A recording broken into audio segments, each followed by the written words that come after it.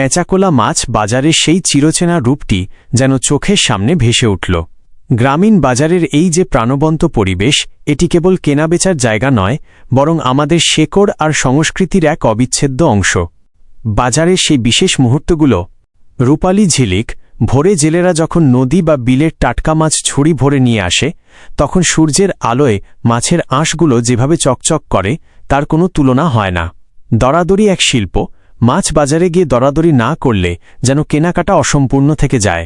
বিক্রেতার আকাশচুম্বী দাম চাওয়া আর ক্রেতার নিজস্ব যুক্তিতে দাম কমানোর এই লড়াই এক ধরনের বিনোদনও বটে।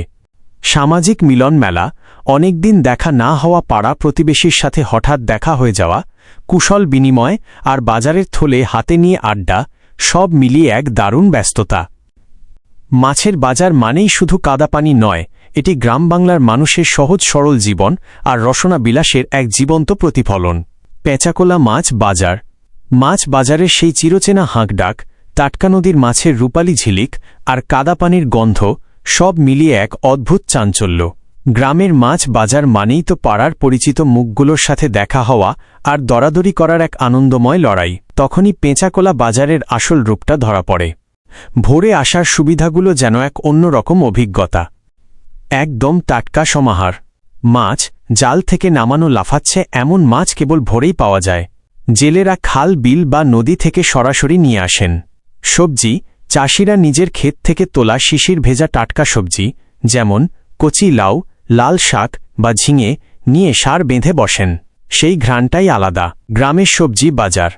বাঁশের ডালিতে সাজানো ক্ষেত থেকে তোলা টাটকা শশা, বেগুন, লাল শাক আর কাঁচা লঙ্কার সেই উজ্জ্বল রং।